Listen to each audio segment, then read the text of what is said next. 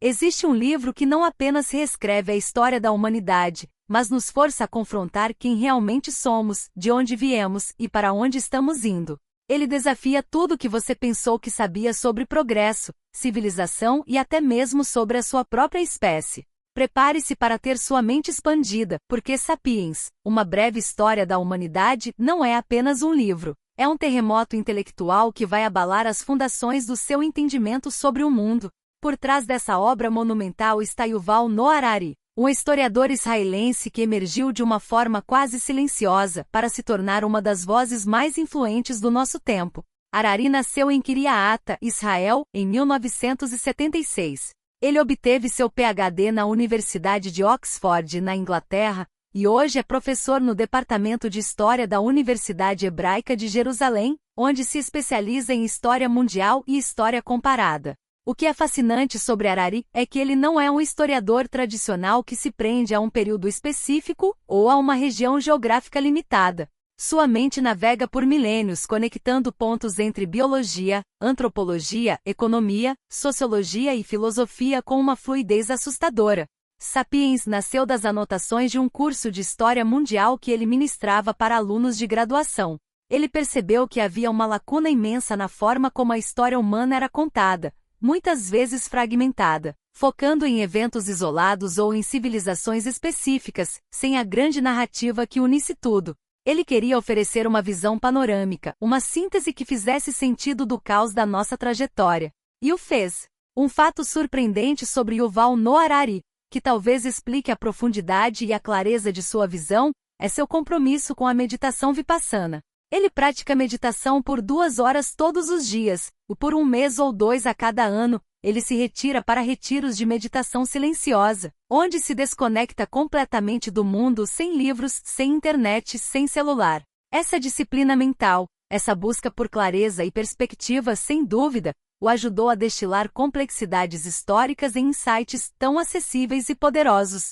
Ele escreveu Sapiens não apenas para educar, mas para provocar, para nos fazer questionar as histórias que contamos a nós mesmos sobre quem somos e qual é o nosso lugar no universo. A grande ideia central de Sapiens é tão simples quanto revolucionária. A chave para o domínio do Homo sapiens sobre o planeta não foi nossa força muscular, nossa velocidade nem mesmo nossa inteligência individual, mas sim nossa capacidade única de criar e acreditar em ficções coletivas, ou como ele chama, mitos compartilhados. Pense nisso, nenhum outro animal consegue cooperar de forma flexível em grandes números com indivíduos que não conhece. Um grupo de chimpanzés pode cooperar, mas em grupos pequenos, onde todos se conhecem pessoalmente. Nós, sapiens, conseguimos construir cidades, impérios, redes de comércio globais, tudo baseado em histórias que existem apenas na nossa imaginação. O que é uma empresa como a Petrobras, por exemplo? Não é um edifício, não é um grupo de pessoas específico, não é um campo de petróleo. É uma entidade legal, uma ficção jurídica que existe porque milhões de pessoas acreditam na sua existência e nas suas regras. O que é o dinheiro? Um pedaço de papel ou números numa tela, mas que tem valor porque todos nós concordamos que tem. Essa é a esfera da grande ideia de Harari.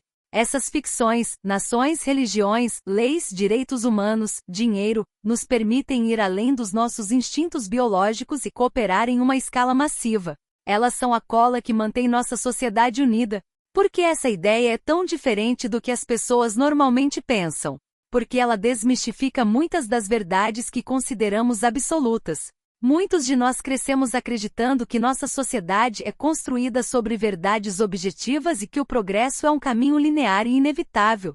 Harari nos mostra que muito do que damos como certo, desde o valor de uma nota de real até a existência de um país ou de uma empresa, é, na sua essência, uma história que concordamos em contar uns aos outros. É por isso que podemos ter uma torcida de futebol com dezenas de milhões de pessoas que nunca se viram, mas que se sentem unidas por um escudo, uma camisa, uma narrativa de glória ou de sofrimento.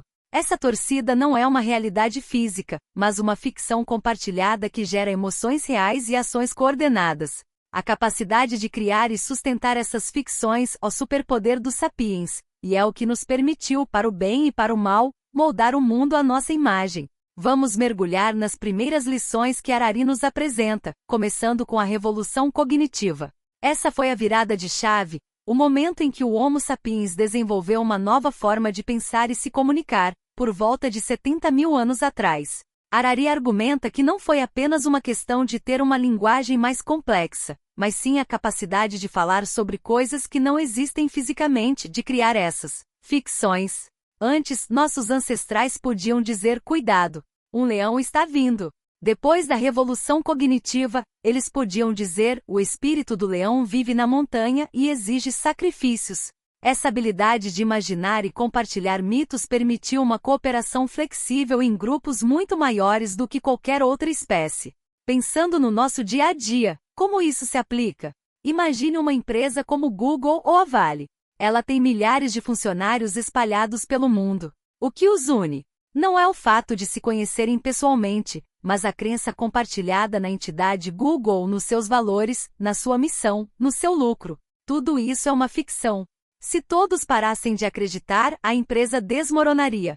A lição prática aqui é que, ao entender que muitas das estruturas que nos cercam são ficções coletivas, ganhamos o poder de questioná-las, de renegociá-las e até de criar novas. Se uma narrativa não nos serve mais, podemos trabalhar para mudá-la, porque ela não é uma lei da natureza, mas um acordo humano. A segunda lição principal, e talvez uma das mais provocadoras, é a Revolução Agrícola, que Harari descreve de forma chocante como a maior fraude da história. Por volta de 12 mil anos atrás, o Sapiens deixou a vida de caçador-coletor e começou a cultivar a terra. A narrativa tradicional é que isso foi um salto gigantesco para o progresso, que nos trouxe segurança alimentar e tempo livre para desenvolver a civilização. Mas Harari vira essa história de cabeça para baixo. Ele argumenta que, na verdade, a agricultura nos escravizou. Nossos ancestrais caçadores-coletores tinham uma dieta variada, trabalhavam menos horas e eram mais saudáveis. Com a agricultura, passamos a depender de poucas culturas: trigo, arroz, milho, o que nos tornou vulneráveis a pragas e secas. Aumentamos nossa população exponencialmente, mas a custo de uma vida mais árdua, mais doenças, mais violência e menos liberdade. Não foi uma escolha consciente de longo prazo para uma vida melhor, mas uma série de decisões de curto prazo que nos encurralaram. Um exemplo prático real? Pense no agricultor familiar que, talvez incentivado por políticas públicas ou pela necessidade de alimentar uma família crescente, decide se especializar em uma única cultura, como o café ou a cana-de-açúcar, em vez de manter a diversidade que garantiria sua subsistência em caso de falha de uma delas. Ele aumenta a produção, sim, mas também sua dependência e sua vulnerabilidade. A aplicação dessa lição na vida moderna é crucial, nos força a questionar a ideia de progresso como algo sempre positivo e linear. Muitas vezes, o que parece um avanço, uma nova tecnologia, uma nova forma de trabalhar, pode ter custos ocultos ou armadilhas de longo prazo para nossa qualidade de vida, nossa saúde mental ou nossa liberdade. Será que estamos nos tornando escravos de nossas próprias criações, assim como nossos ancestrais se tornaram escravos do trigo? Essa lição nos convida a olhar criticamente para as inovações e mudanças, ponderando não apenas os benefícios aparentes, mas também as consequências não intencionais e os sacrifícios que elas nos exigem. Avançando em nossa jornada pela história dos Sapiens, chegamos à terceira lição, que aborda a unificação da humanidade através de três grandes forças: o dinheiro, os impérios e as religiões. Harari mostra como essas ficções coletivas, ao longo dos milênios, nos tiraram das pequenas tribos e nos conectaram em redes gigantescas e complexas. O dinheiro, por exemplo, é a ficção mais universal e eficiente que já criamos. Não importa se você está em São Paulo ou em Tóquio, R$1 ou $1 tem valor porque todos nós concordamos em atribuir esse valor. Ele transcende culturas, línguas e crenças, permitindo que pessoas que nunca se viram, e que talvez até se odeiem, cooperem em transações comerciais. É o sistema de confiança mútua mais bem-sucedido já inventado. Mas o que poucos percebem é que, embora o dinheiro tenha nos unificado e facilitado o comércio, ele também nivelou as diferenças, transformando tudo em um valor monetário e, por vezes, nos distanciando de valores que não podem ser quantificados. Os impérios, por sua vez, foram máquinas de unificação cultural e política. Eles derrubaram barreiras, disseminaram línguas, leis e tecnologias, mas o fizeram através da conquista, da violência e da exploração. Pense no Império Romano ou nos impérios coloniais europeus. Eles unificaram vastas populações, mas à custa da liberdade e da identidade de muitos povos. E as religiões, com seus sistemas de valores e crenças universais, ofereceram uma base comum para a moralidade e a cooperação em larga escala, prometendo salvação ou um propósito transcendental. No entanto, também foram e ainda são a causa de incontáveis guerras, perseguições e intolerâncias. Um exemplo prático real no Brasil é a forma como o dinheiro, desde a época da colônia até hoje, moldou nossas relações sociais e econômicas, criando oportunidades para uns e ciclos de dívida e exclusão para outros. A aplicação dessa lição é reconhecer que as grandes narrativas de união, seja de mercado, de Estado ou de fé, sempre vêm com um preço e uma agenda. Elas são poderosas, mas nunca neutras. Precisamos perguntar: quem se beneficia dessa unificação? Quem paga o preço? Quais valores são sacrificados em nome dessa coesão? Aqui vem a virada, a quarta e talvez mais impactante lição de Sapiens, a revolução científica e suas implicações para o futuro da humanidade.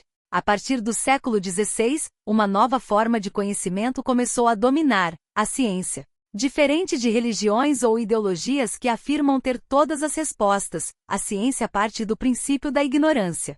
Ela admite que não sabe tudo e busca ativamente por novas informações, não apenas para entender o mundo, mas para controlá-lo e adquirir poder. Esse é o grande diferencial. A ciência moderna não busca apenas a verdade, mas o poder de fazer coisas novas. E esse poder é que nos levou a tecnologias inimagináveis. Pensem como, em apenas alguns séculos, passamos de charretes a foguetes espaciais, de doenças incuráveis a terapias genéticas. Essa busca incessante por conhecimento e poder está nos levando a um ponto em que não estamos apenas modificando o ambiente, mas a nós mesmos. Estamos à beira de reescrever o código genético, de criar inteligências artificiais que podem superar a nossa, de estender a vida indefinidamente. Estamos nos tornando, como Harari sugere, deuses, mas deuses com pouca ou nenhuma responsabilidade ou sabedoria para lidar com o poder que estamos acumulando.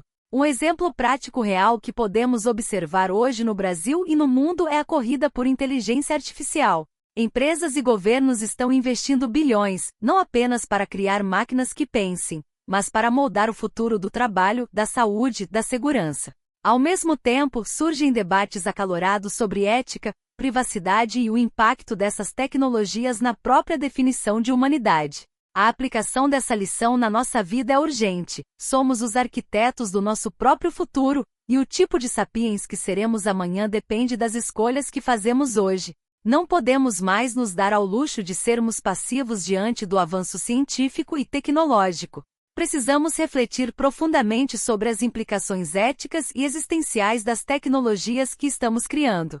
Estamos prontos para ser os arquitetos da nossa própria evolução e do futuro da vida no planeta?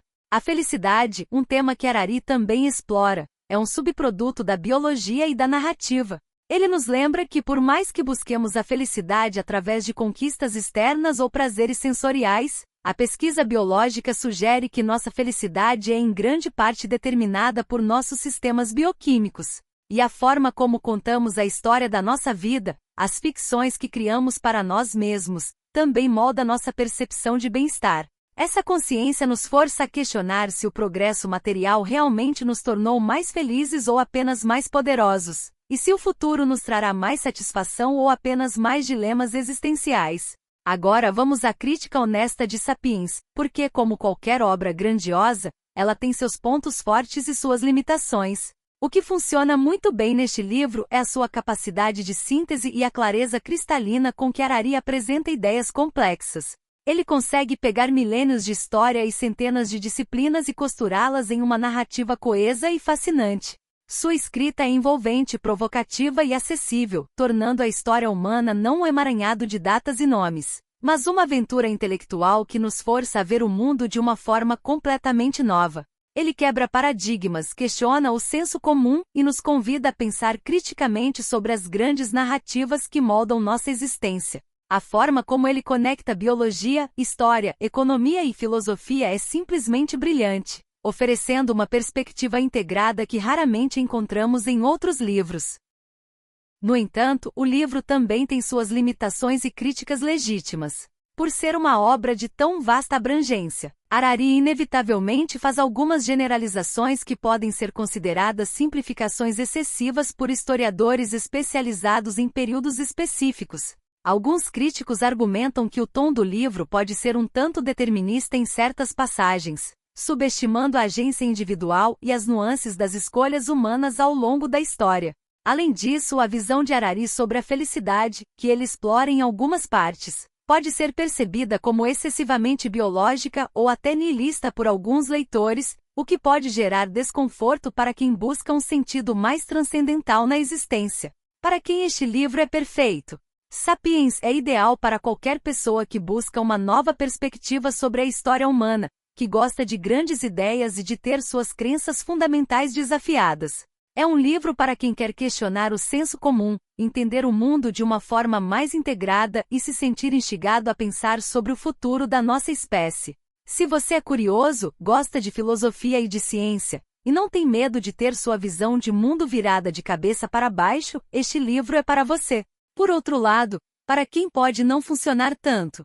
Se você é um historiador que prefere detalhes aprofundados e análises micro-históricas, pode achar o livro um pouco generalista demais. Também pode não ser o ideal para quem tem uma visão mais otimista e linear do progresso humano, ou para quem pode se sentir desconfortável com a desconstrução de crenças religiosas ou ideológicas que considera sagradas.